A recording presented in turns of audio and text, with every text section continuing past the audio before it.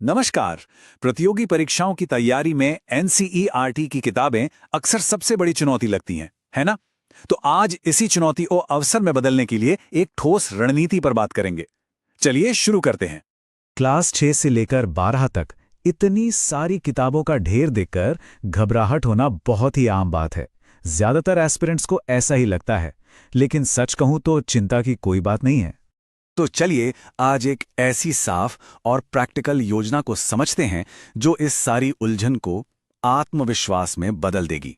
एक ऐसी रणनीति जो तैयारी को एक चट्टान जैसी मजबूत नींव देगी। ठीक है, तो सबसे पहले ये समझते हैं कि आखिर एनसीईआरटी की किताबों का स्ट्रक्चर कैसा है, मतलब उन्हें बनाया कैसे गया है, और ये जानना हमारे स्टडी प्लान के लिए इतना जरूरी क्यों है। एनसीईआरटी के सिलेबस को ना एक पिरामिड की तरह सोचकर देखिए। क्लास 6 से 8 जो है वो इस पिरामिड का बेस है, मतलब कि आपकी नींव। यहीं पर बुनियादी कॉन्सेप्ट्स बनते हैं।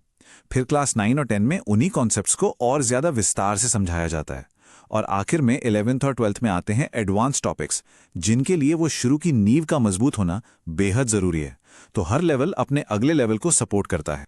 अच्छा, तो अब हम ये तो समझ गए कि किताबों का स्ट्रक्चर कैसा है। अब बारी है ये पता लगाने की कि हमें कहाँ से शुरू करना चाहिए। किताबों में सीधे कूदने से पहले एक बार ईमानदारी से ये देखना होगा कि अपनी नींव कितनी मजबूत है।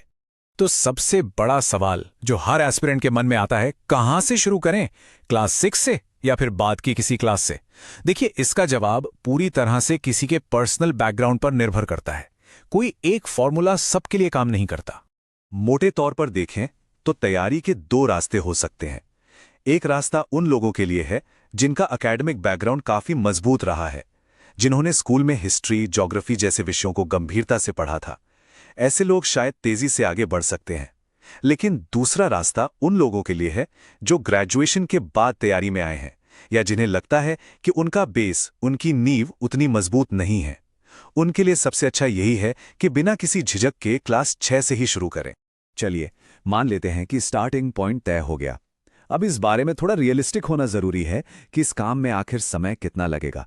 तो एक अंदाजा लगाते हैं, एक संभावित टाइमलाइन देखते हैं। अगर कोई फुल टाइम तैयारी कर रहा है तो यकीनन एक अच्छी रफ्तार पकड़ी जा सकती है। मिसाल के तौर पर क्लास 6 की हिस्ट्री की किताब को ही ले लीजिए। उसे सिर्फ 1 या 2 दिन में खत्म किया जा सकता है ना? ये काफी मोटिवेटिंग। ये दिखाता है कि शुरुआत करना कितना मुमकिन और आसान हो सकता है। तो सवाल उठता है कि स्कूल के मुकाबले अब ये इतना तेज कैसे? जवाब सीधा सा है, अब इंसान ज्यादा मैच्योर होता है तो उसकी समझ बेहतर हो चुकी होती है।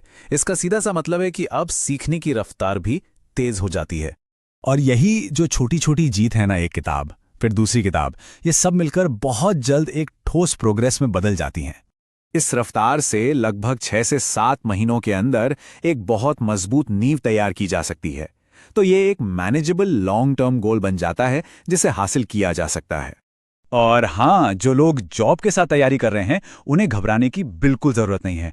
फ्लेक्सिबिलिटी यानी लचीलापन बहुत जरूरी है। अपनी रफ्तार को एडजस्ट करना या किसी टॉपिक को दोबारा पढ़ना, ये सब तैयारी का ही हिस्सा है और इसमें कुछ भी गलत नहीं है। अब आते हैं एक बहुत ही जरूरी कदम पर। यह पक्का करना कि सिर्फ पढ़ा नहीं जा रहा बल्कि सच में समझा भी जा रहा है। और ये कैसे होगा? ये होगा टेस्टिंग से। तो अपनी समझ को परखने का एक सिंपल 4 स्टेप का प्रोसेस है। पहला, एक चैप्टर खत्म करें। दूसरा, उससे जुड़ा कोई एनसीईआरटी टेस्ट ढूंढें। तीसरा, उन सवालों को सॉल्व करें। और चौथा और सबसे जरूरी, ये एनालाइज करें कि हर जवाब के पीछे का क्यों क्या है, मतलब वो सही है तो क्यों सही है।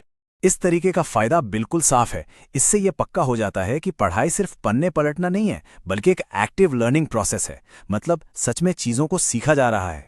सीधी सी बात है, टेस्टिंग से ही पता चलता है कि पढ़ाई के एफर्ट्स का असली आउटपुट क्या निकल रहा है। ये सीखने का एक पक्का सबूत है। तो चलिए अब हम अपने अंतिम पड़ाव पर हैं और अब पूरी प्रक्रिया को उसके लॉन्ग टर्म फायदे के नजरिए से देखते हैं। याद रखिए, असली लक्ष्य सिर्फ किताबें खत्म करने की लिस्ट पर टिक लगाना नहीं है। असली लक्ष्य तो एक ऐसी गहरी और फंक्शनल समझ बनाना है, एक ऐसी मजबूत नींव तैयार करना है जो बाद में एडवांस्ड कॉन्सेप्ट से निपटने में मदद करे। तो अब सवाल ये उठता है कि पहला बिल्डिंग ब्लॉक कौन सा विषय होना चाहिए? किस सब्जेक्ट से इस मजबूत नींव की पहली ईंट रखी जाएगी? ये यात्रा आज ही शुरू की जा सकती है।